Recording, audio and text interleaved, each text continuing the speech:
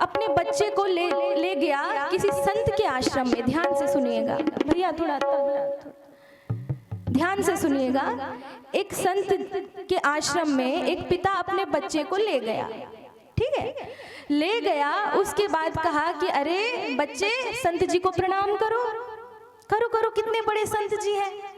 लेकिन बच्चे ने कहा नहीं, हम नहीं करेंगे। अरे इतने बड़े संत हैं, इनको प्रणाम करो। नहीं नहीं, हम नहीं करेंगे, हम नहीं करेंगे, मना कर रहा है। कितने बार उनके पिता ने कहा कि अरे प्रणाम करो, संत जी हैं, पूजनीय है, श्रद्धेय है, प्रणाम करो। लेकिन उसने ना से नहीं किया। और जब नहीं किया ना, उसके पिता ने एक जोर का थप्पड़ उसके गाल पे लगाया और उसको भगा दिया।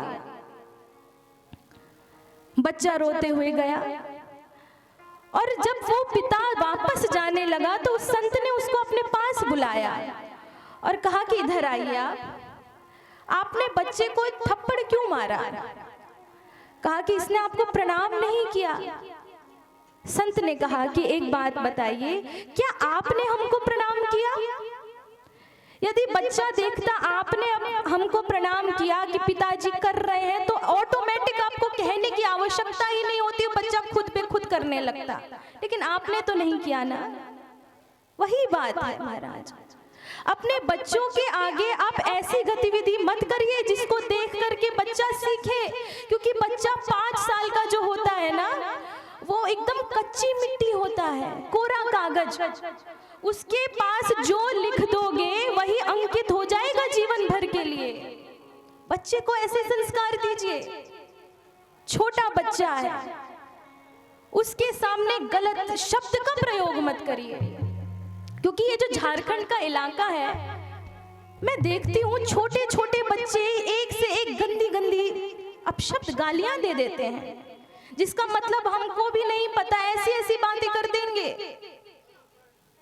कहां से सीखते हैं बच्चे? बचपन से, जन्म मैया के पेट से ही सीख के आए हैं।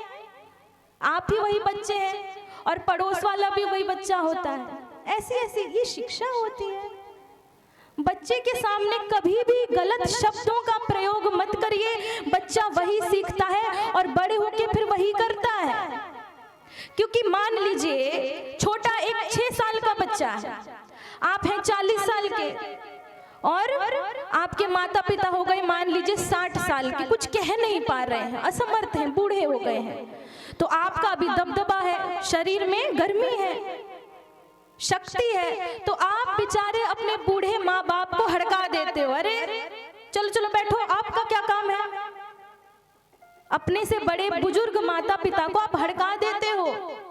लेकिन ये नहीं देखते कि वो छोटा 6 साल का बच्चा भी देख रहा है कि किस प्रकार आप अपने बूढ़े माँ बाप को किस प्रकार से उनके साथ अत्याचार करते हो। उनके न खाने का ध्यान है, न पीने का ध्यान है। जो हम खा पा रहे हैं उन्हीं को दे दिया। ये नहीं देख रहे, डॉक्टर ने बोला है कि हल्का भोजन, हल्की खिचड़ी, वो बनाने में हाथ दुख जाता है महाराज। नहीं, उनको हड़का दोगे और बेचारे माता पिता क्या बोले, दांत टूट गए हैं, शक्ति नहीं है, चुपचाप होके बैठ जाते हैं। लेकिन आप बहुत बड़ी गलती कर रहे हैं कि ये जो आपकी एक्टिविटी है ना, आपके मन में लग रहा होगा बच्चा क्या है, इसको क्या समझ आता है? अरे उसी को सबसे ज्यादा समझ आ रहा है। एक दिन आप अभी 40 साल के हैं, बच्चा 6 साल का है, आप जब 60 साल के होंगे तो बच्चा भी 40 साल का होगा। और इस बात को भूल जाइएगा कि उस समय आपका बच्चा आपका सम्मान करेगा, क्योंकि आप वो बात बोलने के लायक ही नहीं रहोगे कि मेरा सम्मान करो। क्यों? क्योंकि बच्चा उसी समय पलट के जवाब दे देगा कि हमने भी देखा था कि आपने हमारे दादाजी को किस प्रकार से हड़काया था, आपने सेवा करी थी नहीं। तो ठीक उसी प्रकार अपने बच्चों का ध्यान रखिए, उनको सुंदर सुंदर संस्कार दीजिए, उनको कथा में ले आइए और कथा में अच्छी अच्छी बातें सिखाइए महाराज। बड़े माँ बाप जो होते हैं, अपनी संगति से मान लो सिगरेट की आदत लग गई, तो वही सिगरेट लाने एक बच्चे को भेज देते हैं कि जाओ तुम भी खरीद के ले आओ। बच्चा क्या है, उसको कुछ नहीं पता। दुकान में जाता है, वही सिगरेट देखता है, ये क्या है, दे तो देता है, लेकिन जब वो वापस से हॉस्टल लाइफ में जाता है ना, समझ जाता है कि अरे ये वही डब्बा है जो मेरे पापा जी लेते थे। अगर डर भी नहीं लगेगा मन में कि वो अगर हमको डांटेंगे भी तो हमारे पास है ऐसा जवाब कि आप भी तो इसका सेवन करते हो, आपको क्या अधिकार है कि हमको रोक पाओ, है ना। तो बच्चे के सामने ऐसी गतिविधि, ऐसी एक्टिविटीज काइंडली डोंट डू, मत किया करिए। अच्छे अच्छे संस्कार दीजिए, अच्छे अच्छे स्कूल में पढ़ाइए, क्योंकि आने वाला ये कलयुग है। पहले था सतयुग, उसमें पुण्य ही पुण्य था, धर्म ही धर्म था, अधर्म बहुत कम था।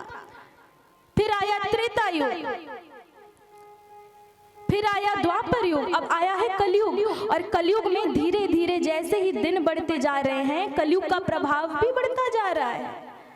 आज आपने